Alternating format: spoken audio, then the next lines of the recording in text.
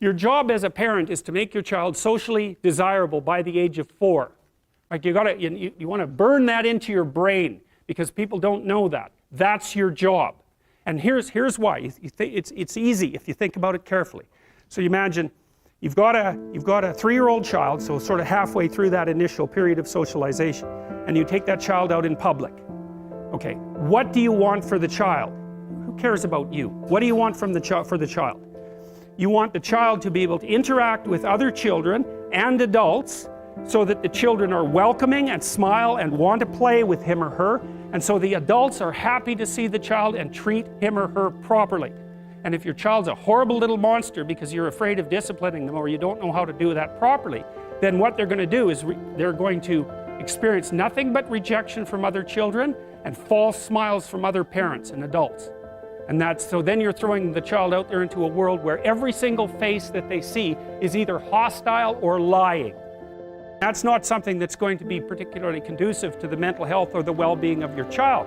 If your child can learn a couple simple rules of behavior, don't interrupt adults when they're talking too much, and pay attention, and try not to hit the other kids over the head with the truck any more than is absolutely necessary, and share and play properly, then when they meet other kids, the kids are going to try out a few little play routines on them, and that's going to go well, and then they're going to go off and socialize each other for the rest of their lives. Because that's what happens, is that from 4 years old onwards, the primary socialization with children takes place among other children. And so if the kids don't get in on that early, they're left behind. And you can imagine how terrible that is, because a 4-year-old will not play with another 4-year-old who's 2. But a 5-year-old certainly will not play with a 5-year-old who's 2. Right? Because the gap is just starting to get unbelievably large. And so the kids start out behind, and then the peers leave them behind, and then those kids are alienated and outside the peer group for the rest of their life. And that is exactly what we want to avoid. So let's look at 10 keys to improve social skills. Number 1, set clear rules and boundaries. A stable, warm, and caring environment helps your child feel secure. Don't forget to regularly remind your child of acceptable and unacceptable behavior to help him remember the rules. Number 2, special time and daily activities. Make sure you spend time having fun with your child to nourish your relationship and his need for attention. Offer daily activities and games that get him moving so he can expend his energy. Number 3, as soon as possible, teach your toddler to recognize and name his emotions. Teach him to say what he wants in simple words instead of just pointing at things, crying, or even screaming. Number 4, help him find non-aggressive solutions to conflicts by asking him questions about the situation instead of just giving him solutions. Sounds like, what can you do when your little sister bothers you? Offer choices if necessary. It is very important for children to learn how to solve their own problems, as we are not with them all the time.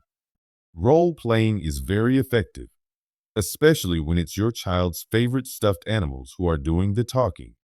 Number 5, be a good role model yourself by showing good self-control of your emotions. Whenever possible, explain what you're feeling and point out different ways of reacting without being aggressive. Number 6, look together at books about anger or aggressive behavior. Then discuss the emotions experienced by the characters. Remind your child of situations in which he or she has felt the same emotions and reacted aggressively. Together, try to find ways to improve his or her reactions for next time. Number 7, set up places where your child can play without you having to impose prohibitions such as don't touch that and don't do that. It's frustrating to be told no all the time.